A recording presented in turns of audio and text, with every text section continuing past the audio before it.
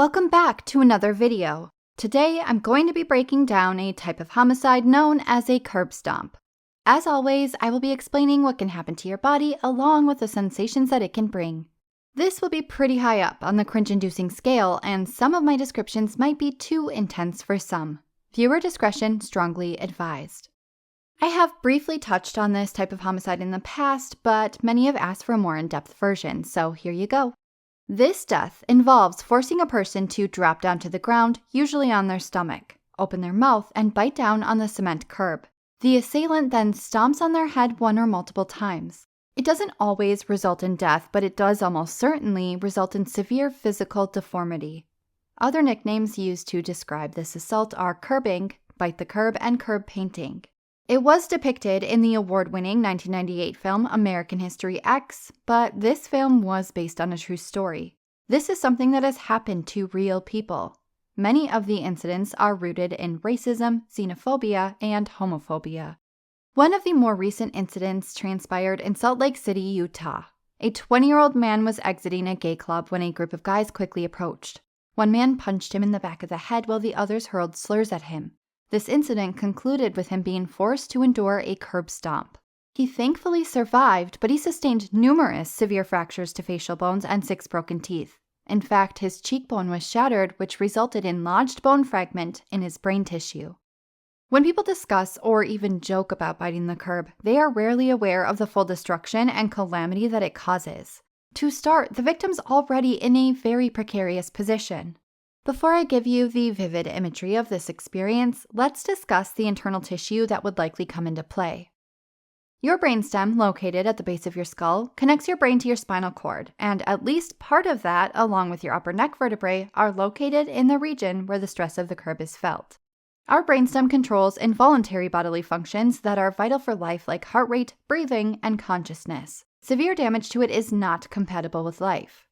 Our neck vertebrae serves as protection for our spinal cord and blood vessels that supply our brain. If they are crushed, it can result in paralysis or severe neurological complications. If severed, it results in internal decapitation and often damages nerves needed to breathe, resulting in suffocation.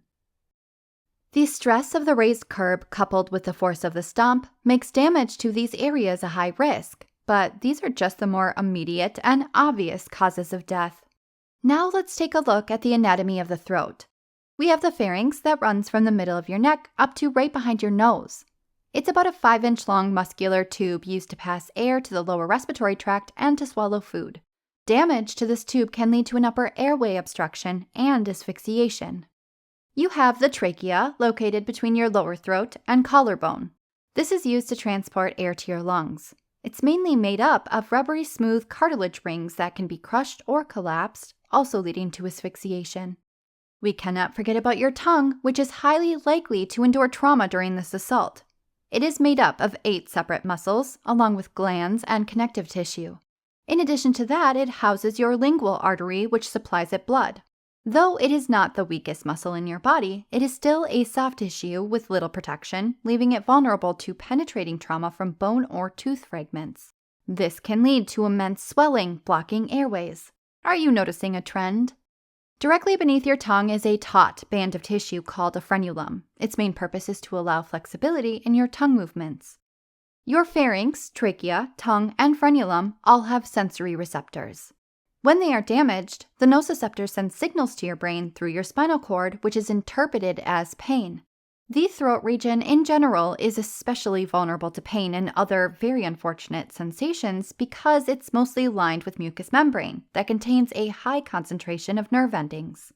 Additionally, several parts play a key role in our ability to breathe, and when that is cut off, it causes our brain to send out alerts that results in severe panic and an impending sense of doom. When it comes to the level and length of suffering, this is the worst region of the body to endure catastrophic injury.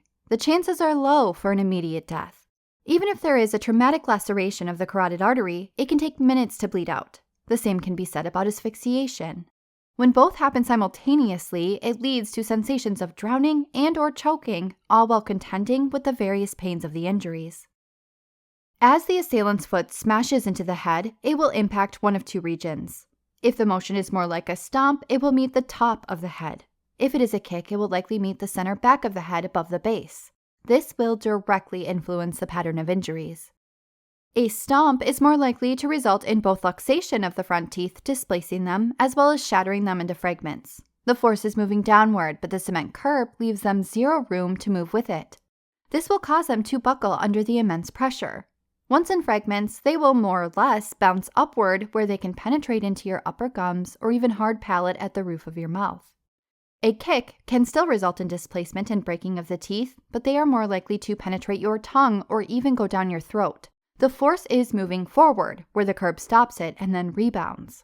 Both scenarios will result in an immediate sharp shooting pain followed closely by pressure as surrounding tissue bleeds and swells, but unfortunately, it will be lost in a sea of lamentable sensations because so much more will be occurring around the same time. To be frank, the moment that the foot meets your head, it will feel as if it's detonating too many dirty bombs beneath your skull. One shock wave will speed outward, while the other inward. Your ears will ring with a high-pitched, maddening tinnitus as your inner ear and nerves sustain damage. Your gums will throb with each twinge growing in strength. White-hot electrical bursts will ring through your orbital bones, nose, and jaw due to the many fractures. You might or might not notice an acrid taste of rusted pennies as your mouth and throat fills with blood. With every attempted gasp, a shock of cold stinging will pierce your mouth as potentially exposed tooth nerves reacts to the chilly, dry air. And all of this is just the basic package.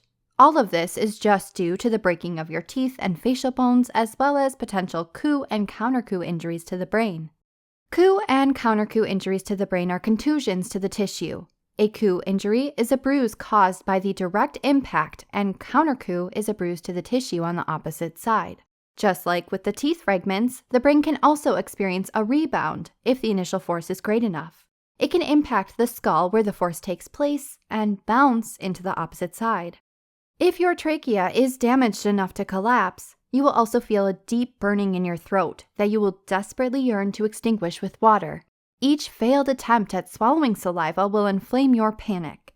This isn't a straightforward kind of burning, but more like a bubble of anxious searing that will grow and grow and grow until you feel it in your chest. Attempted breaths will be unsatisfying and punishing. You will hunger for air as each inhale releases a wheeze or rattle. If that happens, there's likely other internal damage, and that damage can bleed.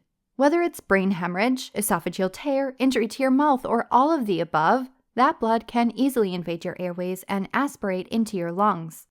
To be clear, so far you have displaced broken teeth injuring other tissue, severe common unit fractures of your orbital bone, nose, and jaw where they're broken in multiple places, brain contusions, a collapsed trachea, and now you also have internal bleeding invading your airways. You have pains ranging from explosive, throbbing, burning, and electrical. You have very labored, rattling breathing that isn't taking in enough oxygen. You cannot swallow no matter how hard you try, and now you're experiencing a choking sensation as your airways clog up with acrid, metallic-tasting blood. If you were to receive prompt, top-notch medical care, you just might survive, but you would require numerous surgeries and your life would never be the same. If not, well, you have two causes of death looming, and they are pretty neck and neck. It could be blood loss leading to hypovolemic shock that finally ends your suffering. It could be asphyxiation brought on by a collapsed trachea and obstructed airways. At the end of the day, it doesn't really matter which because both are sadly working in tandem. Your body is losing oxygen-rich blood, all while you fail to take in new air. The length of time that it would take for death to arrive is contingent on how much blood you are losing, as well as if you have a complete or partial airway obstruction. It could happen as quickly as 3 minutes, or could stretch on for 10 or more. This is only one potential outcome to this type of assault. Any number of other injuries can take place, such as a severed frenulum, perforated lingual artery, globe luxation where one or more eyes are displaced from their socket, severed tongue, or internal decapitation. I'm sure it's easy to see now why this assault can quickly become a homicide.